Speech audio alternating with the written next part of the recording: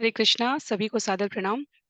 श्रीमद् भागवतम महापुराण के सत्रों की पुनरावृत्ति की श्रृंखला में आज हम सभी अगले 30 मिनट में स्कंध 1 अध्याय 2 को 96 प्रश्नों के द्वारा पुनरावृत्ति करने का प्रयास करेंगे। हमारी नियमित क्विज प्रश्नोत्तरी की श्रृंखला में श्रृंखला 8 से लेकर 13 तक इन प्रश्नों को पहले के सत्रों में दिया गया था। आज के इस 30 मिनट के सत्र में उन 96 प्रश्नों को उत्तरों सहित हम लोग आरंभ करेंगे। तो बिना किसी विलंब के ओम अज्ञानतिमिरान्धस्य ज्ञानांजनशलाकया चक्षुन्मीलितं येन तस्मै श्री गुरुवे नमः। तो आरंभ करते हैं प्रश्न संख्या 1 से। नैमिषारण्य के मुनियों ने सूत गोस्वामी से निम्नलिखित प्रश्न पूछे। सही उत्तर है 6 प्रश्न पूछे। निम्न में से कौन सा नैमिषारण्य के मुनियों द्वारा पूछा गया प्रश्न नहीं है? यहाँ पर पहला प्रश्न लाल में लिखा हुआ भागवतम कब क्यों और कहाँ लिखा गया था, ये नैमिषारण्य के मुनियों द्वारा पूछा गया प्रश्न नहीं है। परम कल्याण क्या है, समस्त शास्त्रों का सार क्या है और कृष्ण के अंतर्ध्यान होने के बाद धर्म ने कहाँ शरण ली, ये पूछे गए 3 प्रश्न थे। प्रश्न संख्या 3 में मुक्तात्मा सुखदेव मुनि के आश्रम से चले जाने से शोकग्रस्त व्यासदेव के वियोग की तुलना किसके वियोग से की गई है? सही उत्तर है यहाँ पर वृक्षों के वियोग से सुखदेव मुनि के आश्रम से चले जाने से शोकग्रस्त व्यासदेव के वियोग की तुलना की गई है। चौथा प्रश्न, सुखदेव गोस्वामी ने वर्ण तथा आश्रम व्यवस्था में निर्दिष्ट शुद्धिकरण संस्कारों में भाग नहीं लिया क्योंकि? सही उत्तर है लाल और नीला दोनों सही नहीं है। वे जन्म से मुक्तात्मा थे और कहा जाए कि उन्हें इन विधियों में विश्वास न था क्योंकि भक्त बनने के लिए ये अनावश्यक है। प्रश्न संख्या 5, आध्यात्मिक शिक्षा में वैष्णव अवस्था कौन सा स्तर है? सही उत्तर है नारंगी। ये स्नातकोत्तर श्रेणी का स्तर है वैष्णव अवस्था। इससे पूर्व की अवस्था में सबसे पहले सामान्य मनुष्य बनना चाहिए, तत्पश्चात ब्राह्मण बनना चाहिए और उसके पश्चात हमें वैष्णव अवस्था का स्तर प्राप्त होता है। अगला प्रश्न, वर्णाश्रम धर्म संस्कारों का अंतिम लक्ष्य रिक्त स्थान बनाना है। इसका सही उत्तर है अपरिष्कृत मनुष्य को भगवान के शुद्ध व्यक्त वैष्णव बनाना है। तो वर्णाश्रम धर्म संस्कार केवल इस भौतिक जगत के सुख दुख लाभ हानि और अन्य लोक में जाने की आकांक्षा से संपादित किए जाने वाले संस्कार नहीं है। इनका अंतिम लक्ष्य जो अपरिष्कृत मनुष्य था, रॉ जिसे हम कहते हैं, उस मनुष्य को भगवान का शुद्ध भक्त बनाना है। प्रश्न संख्या 7, उत्तम अधिकारी वैष्णव से स्वीकृत मनुष्य पूर्व कर्मों और वर्तमान वर्ण से मुक्त होकर वैष्णव कहलाने की योग्यता पा लेता है। तो इसका सही उत्तर है ट्रू। ये उत्तम अधिकारी वैष्णव कौन है? ये हमारे गुरु हैं, गुरु शिष्य परंपरा के निर्दिष्ट आचार्य हैं, जिनके संयोग में आकर मनुष्य अपने पूर्व कर्मों और वर्तमान वर्ण से मुक्त होकर वैष्णव कहलाने की योग्यता पा लेता है। प्रश्न संख्या 8 में भौतिकतावादी संसार ईश्वर की सृष्टि का सबसे रिक्त स्थान भाग कहलाता है। सही उत्तर है ये सबसे अंधकारमय भाग कहलाता है। ये मर्त्य जगत जैसे किसी नगर की व्यवस्था में कारागार होता है, वैसे भगवान के नगर की व्यवस्था में ये मर्त्य लोक वास्तव में भौतिक जगत अंधकारमय भाग कारागार भाग है। प्रश्न संख्या 9 में भौतिकतावादी व्यक्ति चाहे शुद्र चींटी हो या महान ब्रह्मा कभी पूर्ण रिक्त स्थान नहीं हो सकते और इसका सही उत्तर है वो कभी सुखी नहीं हो सकते। जो सुख की परिभाषा है वो क्षणिक है, काल्पनिक है, मिथ्या है और भ्रम है। वो हमें कभी पूर्णतः सुखी नहीं बना सकती। लेकिन इसी भौतिकतावादी व्यक्ति चाहे ये जीव की श्रेणी में चाहे शुद्र चींटी हो या महान ब्रह्मा, वो ज्ञानवान मुक्त और शुद्ध होने की श्रेणी में पहुंच सकते हैं पर कभी पूर्ण शुद्ध नहीं हो सकते या पूर्ण सुखी नहीं हो सकते। प्रश्न संख्या 10 में भौतिकतावादी व्यक्ति जो भौतिक कृतियों से परेशान होकर भी इसे मधुर जानकर भवसागर से नहीं निकलना चाहता, उसे ऊंट के समान बताया गया है। श्रील प्रभुपाद तात्पर्य में कहते हैं जैसे ऊंट बबूल के कांटों से युक्त छाल को उस पत्ती को चबाते हुए अपने ही कटी हुई जिह्वा से जो रक्तपान है उसका आस्वादन करते हुए उसे मधुर सोचता है, वैसे ही हम इस जगत में अपने ही स्वयं के समय संसाधन और अवसर की व्यर्थता जाते देते हुए देखकर भी सोचते हैं कि हम इस जगत में सुखी हो रहे हैं। प्रश्न संख्या 11 में श्रीपाद शंकराचार्य ने भगवान नारायण को सृष्टि से ऊपर बताया है। ये सत्य है। उन्होंने भगवान को सृष्टि से परे कहा है। निम्न में से कौन सा कथन सत्य है? कतिपय संप्रदाय द्वारा भागवतम को नवीन कृति कहना सत्य है। श्रीमद् भागवतम वेदांत सूत्र का अद्वितीय भाष्य है, ये कहना सत्य है। मायावादी भागवतम के ज्ञान को समझने के लिए उपयुक्त पात्र हैं, ये सत्य है। या वेदांत सूत्र की रचना श्रीमद् भागवतम पुराण के पूरक के रूप में की गई है, ये सत्य है। तो आप में से कई लोगों को इस प्रश्न के उत्तर में दुविधा थी। वेदांत सूत्र की रचना श्रीमद् भागवतम पुराण के पूरक के रूप में की गई है, या श्रीमद् भागवतम वेदांत सूत्र का अद्वितीय भाष्य है। प्रश्न संख्या 13 में, बुद्धिमान मनुष्यों के अनुसार पुराणों का वेदों से किसी प्रकार का संबंध नहीं है। सही उत्तर है यहाँ पर, ये असत्य है। पुराणों का वेदों से सीधा संबंध है। ये किसी क्रम, किसी काल में क्रमबद्ध तरीके से प्रस्तुत नहीं किए गए, पर पुराणों के आए हुए सभी कथाओं का, वक्तव्यों का वेदों से संबंध है। प्रश्न संख्या 14 में, पुराण विभिन्न प्रकार के लोगों के लिए वेदों की पूरक व्याख्या स्वरूप है, क्योंकि सभी मनुष्य एक से नहीं होते। और ये कथन सत्य है। ये इसलिए सत्य है क्योंकि अलग अलग मति में भिन्न भिन्न प्रकार की व्याख्याएं होती हैं, तो जिसको जिस प्रकार के कार्य में जैसे रुचि उत्पन्न हो सके, उसके लिए पुराणों में कथाएं वर्णित हैं। तो वेदों की पूरक व्याख्या स्वरूप इसीलिए पुराणों को कहा जाता है। इसलिए ये कथन यहाँ पर सत्य है। श्रीमद् भागवतम का पाठ कहने से पूर्व मनुष्य को निम्न को नमस्कार करना चाहिए। प्रतिदिन के हमारे सत्रों में हम नमस्कार करते हैं, नारायणम नमस्कृत्य जो श्लोक है, और इसका सही उत्तर है लाल में, श्री भगवान नारायण, नरोत्तम नर नारायण ऋषि, माता सरस्वती और व्यासदेव।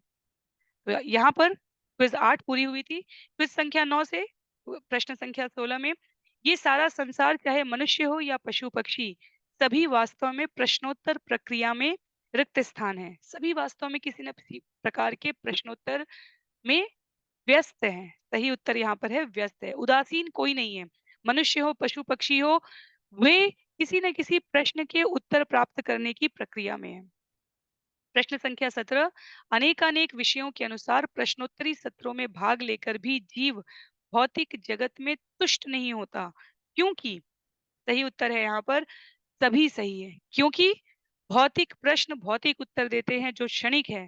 प्रश्न और उत्तर कृष्ण विषयक न होकर अन्यान्य विषय केंद्रित हो गए हैं। नारंगी में समाज आध्यात्मिक शिक्षा न प्रदान कर पशुवत प्रवृत्ति को बढ़ा रहा है। तो प्रश्न संख्या 17 में हमारे लिए ये समझना आवश्यक है कि सभी किसी न किसी प्रकार के प्रश्नोत्तरी में व्यस्त हैं, पर किसी को भी सम्यक उत्तर नहीं मिलता, क्योंकि या तो प्रश्न भगवान पर केंद्रित नहीं है, भगवान के संबंध में जिज्ञासा से संबंधित नहीं है, या उस प्रकार की शिक्षा प्राप्त ना होने की अवस्था में जीव की गति पशुवत ही रह गई है, या जिस प्रकार के प्रश्नों के उत्तर हम प्राप्त कर पाते हैं वो क्षणिक होते हैं। अंततः जो संतुष्टि मिलती है वो तब मिलती है जब हम अपने और भगवान के संबंध को समझ पाते हैं। इसलिए विषय कई बार अंधविश्वास में बदल जाता है, कई बार विषय शास्त्र तर्क वितर्क में बदल जाता है, शास्त्रार्थ में बदल जाता है, पर उससे हमें संतुष्टि नहीं होती। प्रश्न संख्या 18 में, श्रील व्यासदेव ने सभी सामाजिक, राजनैतिक, आर्थिक विषयों से संबद्ध समस्याओं का समाधान श्रीमद् भागवतम में प्रस्तुत किया है, और ये सत्य है। भागवतम में सभी आवश्यक सामाजिक, राजनैतिक, आर्थिक विषयों के समस्याओं का समाधान है। प्रश्न संख्या 19 में, इंद्रिय भोग का मार्ग रिक्त स्थान और त्याग का मार्ग रिक्त स्थान कहलाता है। तो ये सरल उत्तर है, हमने श्रीमद् भगवत गीता में भी इसको श्रवण किया था। इंद्रिय भोग का मार्ग प्रवृत्ति मार्ग कहलाता है, युक्त हो जाना, और त्याग का मार्ग निवृत्ति मार्ग कहलाता है, उससे अपने आप को उदासीन करना, विरक्त करना।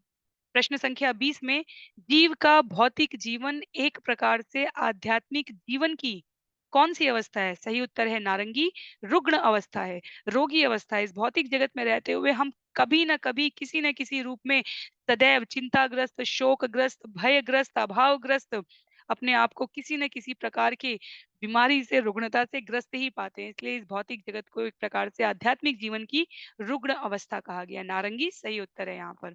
प्रश्न संख्या 21 में, निम्न में से कौन सा सत्य है? भौतिक जीवन नाशवान, मोहपूर्ण तथा कष्टमय है। भौतिक जीवन ब्रह्मभूत अवस्था है। भौतिक जीवन कष्टों से छुटकारा पाने का व्यर्थ प्रयास मात्र है, या सभी सत्य है। तो यहाँ पर नीला जो कथन है, भौतिक जीवन ब्रह्मभूत अवस्था है, ये वास्तव में सत्य है, और इसलिए इन अन्य विकल्पों के सापेक्ष ये असत्य हो गया, क्योंकि ये यहाँ पर सही नहीं है, असत्य नहीं है ये। भौतिक जीवन ब्रह्मभूत अवस्था है, ये सत्य कथन है। नाशवान, मोहपूर्ण, कष्टमय, ये सब वास्तव में सत्य है। भौतिक जीवन कष्टों से छुटकारा पाने का व्यर्थ प्रयास मात्र है, ये भी सत्य है। भौतिक जीवन ब्रह्मभूत अवस्था है, इस संदर्भ में यहाँ पर ये सत्य कहा गया। अगला प्रश्न है, भौतिक लाभ के लिए की गई भक्तिमय सेवा प्रगतिशील निवृत्ति मार्ग में बाधक है। ये सत्य है अथवा असत्य है? भौतिक लाभ के लिए की गई भक्तिमय सेवा प्रगतिशील निवृत्ति मार्ग में बाधक है। ये सत्य कथन है। यदि हम सेवा को भौतिक लाभ के संदर्भ में कर रहे हैं तो ये हमारी निवृत्ति मार्ग में बाधक है। प्रश्न संख्या 23 में, मनुष्य को भगवत भक्ति रूपी उच्च कोटि की वृत्ति को स्वीकारने के लिए रिक्त स्थान से रहित होना होगा। वृथा की कामना से, सकाम कर्म से, दार्शनिक तर्क वितर्क से, या सभी उपयुक्त हैं? प्रश्न संख्या 23 का सही उत्तर है सभी उपयुक्त हैं। हमें वृथा की कामना से, सकाम कर्म से, दार्शनिक तर्क वितर्क से, इन तीनों से अपने आप को रहित करना होगा, तो इसलिए हरा यहाँ पर सही उत्तर है। प्रश्न संख्या 24 में, भौतिक अस्तित्व की बद्ध अवस्था में भी भगवान की दिव्य प्रेम भक्ति करनी चाहिए, जिससे सही उत्तर है सभी भाव सही है। यहाँ पर हरा उत्तर सही है। पूर्ण तुष्टि का आनंद अनुभव किया जा सके, क्रमशः वास्तविक जीवन जीने की योग्यता अर्जित की जा सके, और सेवक सेव्य भाव की घनिष्ठता व्यवहार में आ सके। प्रश्न संख्या 25 में, निम्न में से कौन सा सत्य है? भक्ति मार्ग अल्प बुद्धिमान वर्ग के लिए है। भक्ति मार्ग समस्त दिव्य कर्मों में सर्वोपरि है। यज्ञ तप दान जैसे उच्च कोटि के कार्य भक्ति पद्धति का अनुगमन करते हैं। और हरे में लिखा है नीला और नारंगी दोनों सही है। तो यहाँ पर नीला और नारंगी दोनों सही है, अर्थात हरा उत्तर सही है। भक्ति मार्ग समस्त दिव्य कर्मों में सर्वोपरि है और यज्ञ तप दान जैसे उच्च कोटि के कार्य भक्ति पद्धति का अनुसरण करते हैं। भौतिक कार्यों से विरक्त होने का अर्थ नैष्कर्म है, ये सत्य नहीं है। वास्तव में विरक्त होने की यहाँ पर अनावश्यक कार्यों से अपने आप को पृथक रखने की बात की गई है। नैष्कर्म इस अर्थ में कहा जाता है, भौतिक कार्यों से विरक्त होने का अर्थ नहीं। तो इसीलिए अगला प्रश्न, नैष्कर्म और निषेध समानार्थी हैं, ये वास्तव में गलत है। इसमें सही उत्तर नीला होगा। निषेध का अर्थ है अपने आप उन कार्यों को न करना। निष्कर्म का अर्थ है अपने आप को उससे विलग रखना। विरक्त होने का अर्थ होता है कि हम उसको त्याग रहे हैं, और अपने आप को तटस्थ रखने का अर्थ है निष्कर्म करना। उसके पश्चात प्रश्न संख्या 28 में, भक्ति मार्ग शुद्ध भक्तों के लिए रिक्त स्थान और नव शिक्षित या दीक्षित भक्तों के लिए रिक्त स्थान है। तो यहाँ पर सही उत्तर है भक्ति मार्ग शुद्ध भक्तों के लिए उत्कृष्ट और नव शिक्षित या दीक्षित भक्तों के लिए सुगम है। तो सही उत्तर यहाँ पर लाल है। प्रश्न संख्या 29 में, पूर्ण पुरुषोत्तम भगवान श्री कृष्ण का सानिध्य प्राप्त करने की विधा सीखना एक रिक्त स्थान है। तो ये दुष्कर कार्य नहीं है, ये चुटकी बजाने जितना सरल कार्य भी नहीं है, ये रसहीन भी नहीं है। सही उत्तर नारंगी है। यहाँ पर ये एक महान विज्ञान है, इसीलिए भगवत गीता को विज्ञान कहा गया। जीवन जीने की विधा सीखना, श्री कृष्ण का सानिध्य प्राप्त करने की विधा सीखना एक नारंगी सही उत्तर है, महान विज्ञान है। शुद्ध भक्त के क्या लक्षण है? शुद्ध भक्त के लक्षण है वह मूर्ख नहीं होता, वह निकृष्ट पद्धतियों में नहीं लगा रहता। तो इसलिए सही उत्तर यहाँ पर हरा है, लाल और नीला सही है। शुद्ध भक्त कभी भी शुष्क चिंतन या भौतिक मूल्य संचित करने के प्रयास में नहीं उत्साह रखता है, इसलिए नारंगी यहाँ पर सही उत्तर नहीं है। इस प्रकार से हम लोग अगले प्रश्न में पहुंच रहे हैं, जो क्विज संख्या 10 में आप सभी को दी गई थी। प्रश्न संख्या 31 में, निम्न में से कौन सा कथन सत्य है? शुद्ध भक्तिमय सेवा से ज्ञान और वैराग्य स्वतः आ जाते हैं। ज्ञान और वैराग्य से शुद्ध भक्तिमय सेवा निश्चित आ जाती है। वास्तव में यहाँ पर केवल और केवल लाल सही उत्तर है। जब जीवन में भक्तिमय सेवा आ जाती है, भगवत गीता अध्याय 12 कहती है, तो ज्ञान और वैराग्य स्वतः आ जाते हैं।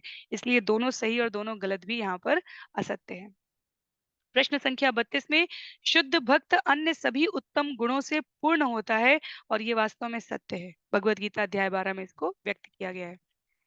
सुप्त आत्मा की आवश्यकता को जाने बिना केवल शरीर तथा मन को तुष्ट करके कोई सुखी नहीं रह सकता, ये सत्य है।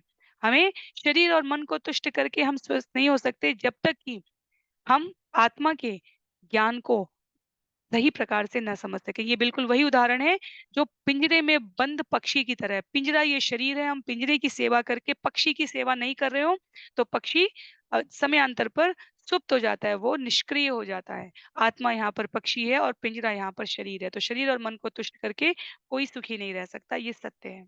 प्रश्न संख्या 34 में इंद्रियों की तुष्टि कहाँ तक सार्थक है? और आचार्य कहते हैं, श्रीमद् भागवतम में लिखा गया है अध्याय 2 में, नारंगी उत्तर सही है। जहां तक आत्म संरक्षण हेतु आवश्यकता है शरीर के पोषण की या अन्य किसी भी आवश्यकता की, केवल वहां तक इंद्रियों की तुष्टि सही है। मन संतृप्त कभी नहीं होगा और अनियंत्रित और अनाधिकृत भोगों की प्राप्ति तक इंद्रियों की तुष्टि करना निकृष्ट है। इसलिए यहाँ पर सही उत्तर नारंगी है। प्रश्न संख्या 35 में निम्न में से कौन गुणात्मक रूप से भिन्न है? ब्रह्म, परमात्मा, भगवान या सभी एक हैं? वास्तव में गुणात्मक क्वालिटी रूप में सभी एक हैं, इसलिए हरा सही उत्तर है। प्रश्न संख्या 36 में कौन सा युग्म सही है? उपनिषदों के जिज्ञासु को निर्विशेष ब्रह्म की प्राप्ति होती है। जो हिरण्य गर्भ या योगी जन है वो अंतर्यामी परमात्मा का ध्यान करते हैं। भक्त भगवान को स्मरण करते हैं। और हरे में लिखा है सभी सही हैं। यहाँ पर सही उत्तर है सभी सही है। जो उपनिषदों के जिज्ञासु है वो निर्विशेष ब्रह्म को प्राप्त करते हैं। जो योगी जन है वो अंतर्यामी परमात्मा को प्राप्त करते हैं और भक्त भगवान को प्राप्त करते हैं अपनी भक्तिमय सेवा से। प्रश्न संख्या 37 में निम्न में से कौन सा असत्य है? परम सत्य ज्ञाता तथा ज्ञेय दोनों एक हैं, इनमें कोई गुणात्मक भेद नहीं है। ये सत्य है। परमात्मा भगवान का आंशिक स्वरूप है, ये भी सत्य है। निर्विशेष ब्रह्म भगवान का तेज है, ये भी सत्य है। इसलिए हरा उत्तर यहाँ पर असत्य है जिसमें कहा गया है कि सभी असत्य हैं। तो लाल, नीला और नारंगी सत्य है, इसलिए हरा असत्य होगा, क्योंकि हरा कहता है सभी असत्य हैं। प्रश्न संख्या 38 में जीव अपरा शक्ति के संपर्क में रहने से रिक्त स्थान हो जाता है। अपरा शक्ति में के संपर्क में रहने से जीव मोहग्रस्त हो जाता है। ये पराशक्ति वास्तव में भगवान की और आत्मा की प्रतिनिधित्व करती है। पराशक्ति के संपर्क में रहने से जीव मोह रहित होता है। अपराशक्ति के संपर्क में मोहग्रस्त होता है, इसलिए लाल उत्तर सही है यहाँ पे।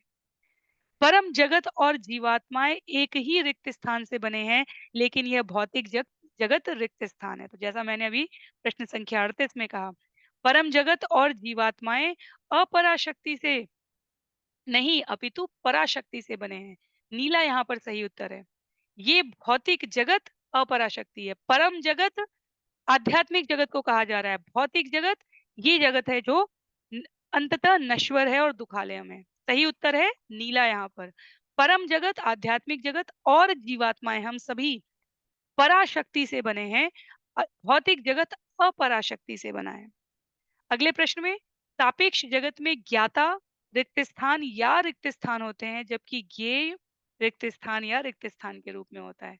तो ऐसे सभी प्रकार के कठिन प्रश्न में वास्तव में प्रथम उत्तर जानबूझकर लाल यहाँ पर सही रखा जाता है ताकि अधिक भ्रमित होने की आवश्यकता ना हो। तो लाल उत्तर में कहा गया है सापेक्ष जगत में ज्ञाता जीवंत आत्मा या पराशक्ति होती है, जो हमने पिछले प्रश्न में देखा, जबकि ज्ञेय निष्क्रिय पदार्थ या अपराशक्ति के रूप में होता है।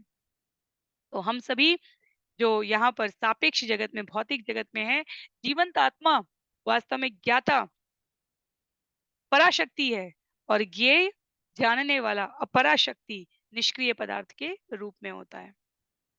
अगले प्रश्न में शक्ति तथा शक्तिमान में बाह्य रूप से कोई अंतर नहीं होता। शक्तियों की गुणवत्ता में अंतर होता है। नारंगी में लिखा है दोनों सही है। वास्तव में बाह्य रूप से शक्ति और शक्तिमान में कोई अंतर नहीं है। एनर्जी और एनर्जेटिक और शक्तियों की लेकिन गुणवत्ता गुणवत्ता में अंतर होता है। भगवान की अंतरंगा शक्ति और बहिरंगा शक्ति में बहुत अंतर है। प्रश्न संख्या 42 में निम्न में से कौन आध्यात्मवादी नहीं है? भक्त, ज्ञानी, कर्मी या योगी? वास्तव में ज्ञानी, योगी और भक्त तीनों को आध्यात्मवादी कहा गया। कर्मी आध्यात्मवादी नहीं होता है, क्योंकि कर्म में हमारे सकाम कर्म निहित होता है। ज्ञानी और भक्त भगवान के स्वरूप को अस्तित्व को स्वीकार करता है और भक्त सेवा के द्वारा उन्हें प्राप्त करने में सक्षम होता है। प्रश्न संख्या 43 में भक्तिमय जीवन की नींव रिक्त स्थान तथा रिक्त स्थान के ऊपर खड़ी होती है। भक्तिमय जीवन की नींव वास्तव में ज्ञान और वैराग्य के ऊपर खड़ी होती है। हम आरंभ करते हैं भक्तिमय जीवन और वो ज्ञान और वैराग्य से पूरक होता है। प्रश्न संख्या 44 में भक्तों की प्रमुख कितनी श्रेणियां हैं? भक्तों की प्रमुख 3 श्रेणियां हैं, इसलिए लाल यहाँ पर सही उत्तर है। भक्तों की प्रमुख 3 श्रेणियां हैं।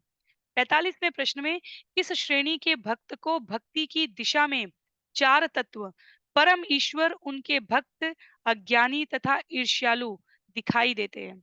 तो इसका सही उत्तर है द्वितीय श्रेणी में। द्वितीय श्रेणी में श्रीमद् भागवतम में स्कंद 1 अध्याय 2 के तात्पर्य में कहा गया है, भक्त को भक्ति की दिशा में ईश्वर भी दिखता है, भक्त भी दिखते हैं, ज्ञानी भी दिख जाते हैं और ईर्ष्यालु भी दिखते हैं। अभी तक उसमें वो पूर्णता की बात नहीं आती है। यहाँ पर क्विज संख्या 11 आरंभ हो रही है, जहाँ प्रश्न संख्या 46 में निम्न में से कौन सा सत्य है? वर्ण और आश्रम एक ही है, वर्णों की उत्पत्ति और विभाजन जन्म के आधार पर है, जीवन के प्रत्येक विभाग का लक्ष्य परम सत्ता भगवान को प्रसन्न करना है और वर्णाश्रम धर्म के अनुसार कमजोर वर्ग पर आधिपत्य का अधिकार नीति सम्मत है। भगवद गीता अध्याय 4 श्लोक संख्या 13 में स्पष्ट रूप से कहा गया है, जीवन के प्रत्येक विभाग का लक्ष्य परम सत्ता भगवान को प्रसन्न करना है। नारंगी सही उत्तर है यहाँ पर, बाकी तीनों असत्य हैं। प्रश्न संख्या 47 में गुणगान, श्रवण, स्मरण और पूजन, इन 4 सरल विधियों से हर वर्ण और आश्रम में व्यस्त रहते हुए परमात्मा की प्राप्ति संभव है। ये सत्य है। लाल यहाँ पर सही उत्तर है। प्रश्न संख्या 48 शुद्ध भक्ति का प्रमुख फल है। हरा उत्तर सही है यहाँ पर, भगवान के चरणों में सेवा प्रेम उत्पन्न होना, कर्म के चक्र से छूटना, भव बंधन से मुक्ति मिलना या आध्यात्मिक ज्ञान की प्राप्ति होना, ये इसके बाह्य परिणाम है, पर अंतःकरण से चरणों में प्रेम उत्पन्न होना। प्रश्न संख्या 49 में जीव के इस बद्ध जीवन में आने का कारण भगवान के प्रति विद्रोह है। हमें भगवान से ईर्ष्या थी, हमें भगवान से की सत्ता स्वीकार्य नहीं थी और इसलिए हम सभी इस बद्ध जीवन में आते हैं। तो नीला यहाँ पर सही उत्तर है। प्रश्न संख्या 50 जब तक प्रामाणिक शास्त्रों से पुष्टि न हो तब तक किसी को भगवान का अवतार नहीं मानना चाहिए। यहाँ पर सही उत्तर लाल है, ये सत्य कथन है। भगवान के किसी भी रूप में अवतार लेने की जानकारी, यहाँ पर सही उत्तर हरा है, शास्त्रों में उपलब्ध है। जन्म लेने की तिथि, नक्षत्र, शुभ शगुनों जैसे चिन्हों से दर्शित होती है। भगवान द्वारा धारण किए गए शरीर के लक्षणों से भगवान के मस्तक उन्नत होगा, नाक उन्नत होगी, भगवान के 7 प्रकार के अंग लाल होंगे, बड़े होंगे, उभरे हुए होंगे, इस प्रकार के लक्षण, शारीरिक लक्षण, इसलिए सही उत्तर यहाँ पर हरा है। अगला प्रश्न संख्या 52 में भगवान के वास्तविक सेवक लोगों को भगवत भक्त बनने की प्रेरणा देते हैं। तो सही उत्तर है यहाँ पर नीला।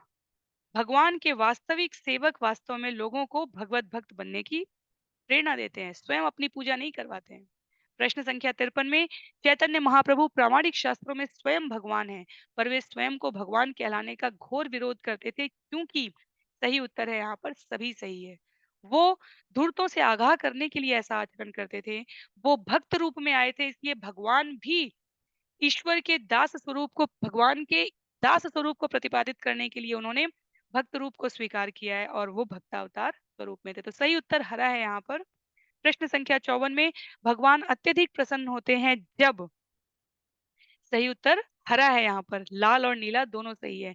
जब उनके भक्तों को ईश्वरीय चेतना के प्रचार में सहयोग मिलता है, जब उनके भक्तों का समुचित आदर होता है। तो हरा उत्तर सही है। प्रश्न संख्या 55 में कौन सा असत्य है? और यहाँ लाल, नीला, नारंगी तीनों सत्य है, इसलिए हरे को असत्य कहा गया है। ये असत्य है क्योंकि ये सत्य नहीं कह रहा है। लाल में भगवान हमारी अपेक्षा से अधिक उत्सुक होते हैं कि हम उनके पास वापस आएं। हम में से अधिकांश भगवान के पास वापस नहीं जाना चाहते। कोई भी भक्त जीवन जी के मृत्यु को सहर्ष सरल रूप में स्वीकार करने के लिए प्रस्तुत नहीं होता, जब तक जीवन में ज्ञान का प्रस्फुटन न हो जाए, सुकृत भगवान की कृपा न हो जाए। समस्त प्रकार के पाप से मुक्त हुए बिना कोई भगवत धाम नहीं जा सकता। तो लाल, नीला और नारंगी तीनों सही है और हरा कहता है कि ये तीनों असत्य है और इसलिए हरा सही हो गया, क्योंकि वास्तव में ये असत्य है। प्रश्न संख्या 56 में भौतिक पाप रिक्त स्थान उत्पन्न होते हैं। भौतिक पाप किससे उत्पन्न होते हैं? लाल और नीला दोनों सही है यहाँ पर, इसलिए नारंगी सही उत्तर है। हमारे द्वारा भौतिक प्रकृति पर प्रभुत्व प्राप्त करने की इच्छा से उत्पन्न होते हैं। कंचन, मान, इंद्रिय तृप्ति आदि अनर्थ प्रवृत्ति से उत्पन्न होते हैं। प्रश्न संख्या 57 में भागवत 2 प्रकार के होते हैं, एक तो ग्रंथ भागवत और दूसरे भक्त भागवत। भागवत ग्रंथ और भागवत व्यक्ति दोनों अभिन्न है, सही उत्तर यहाँ पर लाल है। ये दोनों पंक्तियां सत्य हैं। प्रश्न संख्या 58, दोनों प्रकार के भागवत का लाभ उठाना आत्म साक्षात्कार के पथ पर अवरोध रूप अमंगलकारी वस्तुओं से निकलने का उपाय है। ये सत्य है। तो लाल यहाँ पर सही उत्तर है। प्रश्न संख्या 59 में नव दीक्षित भक्त के जीवन की आध्यात्मिक प्रगति के लिए ग्रंथ भागवत की कथा भगवत भक्त भागवत से प्राप्त करना जरूरी है। तो ग्रंथ हमें सीधे नहीं पढ़ने चाहिए, हमें हमेशा गुरु शिष्य परंपरा में आए प्रामाणिक प्रतिनिधियों से श्रवण करना चाहिए, जिन्हें भक्त भागवत कहा गया है। इसलिए लाल यहाँ पर सही उत्तर है। हमें भक्त भागवत से ग्रंथ भागवत श्रवण करना चाहिए। प्रश्न संख्या 60 में भक्त भागवत या ग्रंथ भागवत की सेवा द्वारा भक्ति के अग्रसरित भक्ति पथ पर अग्रसरित होने का चमत्कारिक प्रभाव किनके जीवन में दिखा? सभी के जीवन में दिखा। इसलिए हरा उत्तर सही है यहाँ पर। ध्रुव, प्रहलाद और नारद मुनि के पूर्व जन्म में सभी के जीवन में दिखा। इस प्रकार 12वीं क्विज आरंभ होती है, जिसमें भक्त की सहज स्वाभाविक अवस्था क्या होती है? शुद्ध सत्व गुण की होती है। लाल उत्तर यहाँ पर सही है। भक्त सदैव शुद्ध सत्व की स्वाभाविक अवस्था में होता है। निष्क्रियता, मूर्खता और निद्रा, ये किसकी अवस्था है? ये वास्तव में तमोगुण की अवस्था है। तम गुण में ऐसा होता है।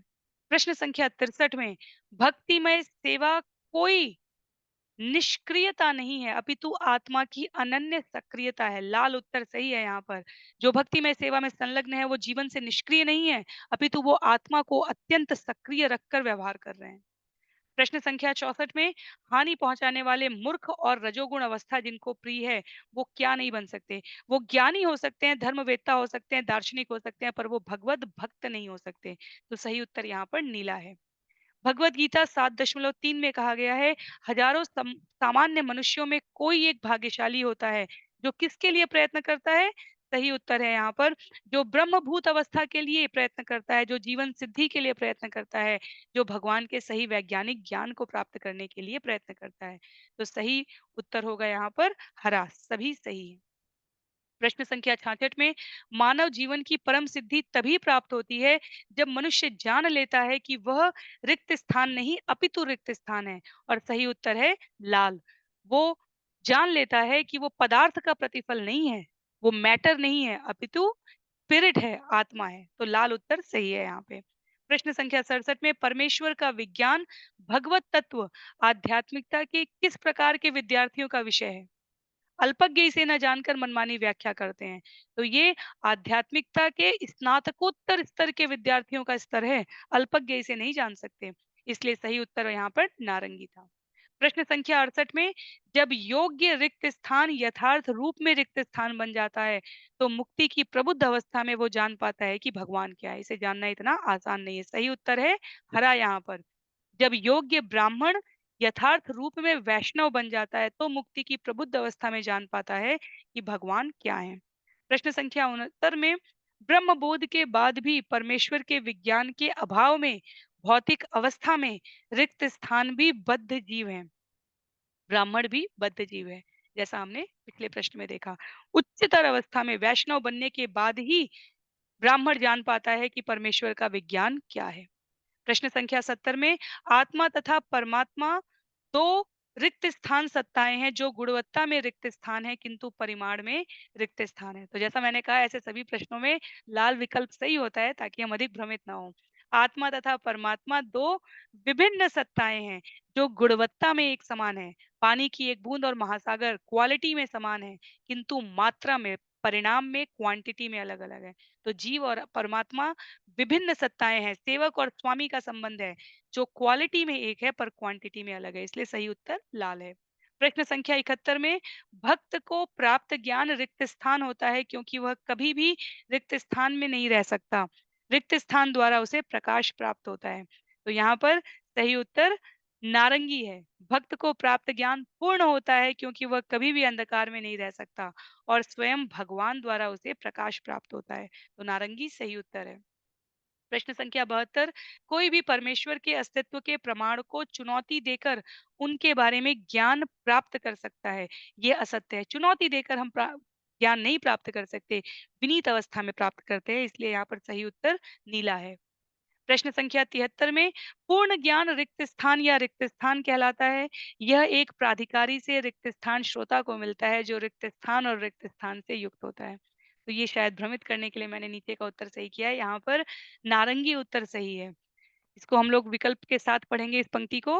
पूर्ण ज्ञान परंपरा या निगमनीय कहलाता है, अर्थात ये क्रमबद्ध तरीके से आता है। यह एक प्राधिकारी से विनीत श्रोता को, चुनौती वाले श्रोता को नहीं, विनीत श्रोता को मिलता है जो सेवा और समर्पण से युक्त होता है। तो ये पंक्ति हमें बस स्मरण रखनी है सदैव अपने जीवन के व्यवहार को प्रतिबिंब के रूप में लक्षित करने के लिए। हम विनीत हैं कि नहीं, हम सेवा और समर्पण से युक्त हैं कि नहीं, हम ज्ञान परंपरा में प्राप्त कर रहे हैं या नहीं। तो सही उत्तर नारंगी है। प्रश्न संख्या 74 में निम्न में से कौन सा असत्य है? वास्तव में कोई भी असत्य नहीं है यहाँ पर, इसलिए हरा विकल्प सही है। तो सही है ये सब। लाल और नीले में कहे गए कथन, नारंगी में कहे गए कथन सत्य हैं। आत्मा और पदार्थ के अंतर की गांठ भगवत कृपा से खुलती है, ये सत्य है। यह गांठ अहंकार कहलाती है। हम अपने अहंकार के कारण परमात्मा के साथ संबद्ध नहीं होते हैं और इस वजह से स्वयं को पदार्थ या स्वामी मानने लगते हैं। ये नीले का कथन भी सत्य है। और सकाम कर्म श्रृंखला हमें बंधन युक्त करती है, जबकि भगवान की प्रेममयी सेवा हमें बंधन मुक्त करती है। तो लाल, नीला और नारंगी यहाँ पर सत्य है, इसलिए हरा सत्य है, जिसमें कहा गया सभी असत्य हैं। प्रश्न संख्या 75 में भगवान के अस्तित्व को चुनौती देने वाले जीवों के समक्ष प्रकट न होने के लिए भगवान स्वतंत्र हैं। क्यों स्वतंत्र हैं? क्योंकि भगवान स्वराट है। सही उत्तर स्वराट है। भगवान अपनी स्वतंत्रता रखते हैं। उन्हें किसी के आज्ञा की आवश्यकता नहीं है। और इस प्रकार से लाल यहाँ पर सही उत्तर है और हम सभी क्विज संख्या 13 में प्रवेश कर रहे हैं। प्रश्न संख्या 76 में भगवान व्रज की अपनी दिव्य और शाश्वत लीलाएं ब्रह्मा जी के रिक्त स्थान दिन में रिक्त स्थान बार यथा समय प्रकट करते हैं। ब्रह्मा जी के एक दिन में भगवान पूर्ण स्वरूप पुरुषोत्तम अवतार में एक बार आते हैं। पूर्ण पुरुषोत्तम अवतार में, इसलिए लाल उत्तर यहाँ पर सही है। प्रश्न संख्या 77 में दिव्य भगवान प्रकृति के 3 गुणों सत, रज और तम से, नीला उत्तर सही है, अप्रत्यक्ष रूप से संबद्ध है। भगवान भौतिक जगत में स्वयं नहीं, अप्रत्यक्ष रूप अपनी बाह्य बहिरंगा शक्ति से संबद्ध है। प्रश्न संख्या 78 में भगवान के स्वरूप विस्तार में अगला प्राकट्य कौन सा होता है? नीला यहाँ पर सही उत्तर है। बलराम जी का, बलदेव का प्राकट्य होता है। स्वरूप विस्तार में पूर्ण पुरुषोत्तम भगवान श्री कृष्ण के पश्चात पहला विस्तार, स्वरूप विस्तार बलराम का है। प्रश्न संख्या 79 में इस जगत में मनुष्य जीवन मिलने पर सर्वाधिक लाभ भगवान कृष्ण के विभिन्न शुद्ध सत्व रूपों जैसे विष्णु रूपों से ही संभव है, चाहे वो वामन देव हो, चाहे वो नरसिंह देव हो, मत्स्य मत्स्य अवतार, कूर्मा अवतार। क्योंकि सही उत्तर है यह भक्तिमय सेवा द्वारा जगत के बद्ध जीवन से मुक्त कर सकते हैं। क्षणिक सुखों से शीघ्रता पूर्व करना या भव रूपी बंदीगृह जीवन में सुख प्रदान करना, ये बहिरंगा शक्ति से होता है। भगवान के विष्णु रूप से भक्तिमय सेवा द्वारा जीव बद्ध जगत से मुक्त होता है, इसलिए यहाँ पर नारंगी उत्तर सही है। प्रश्न संख्या 80 में क्या सही है? सभी सही है, इसलिए हरा सही है।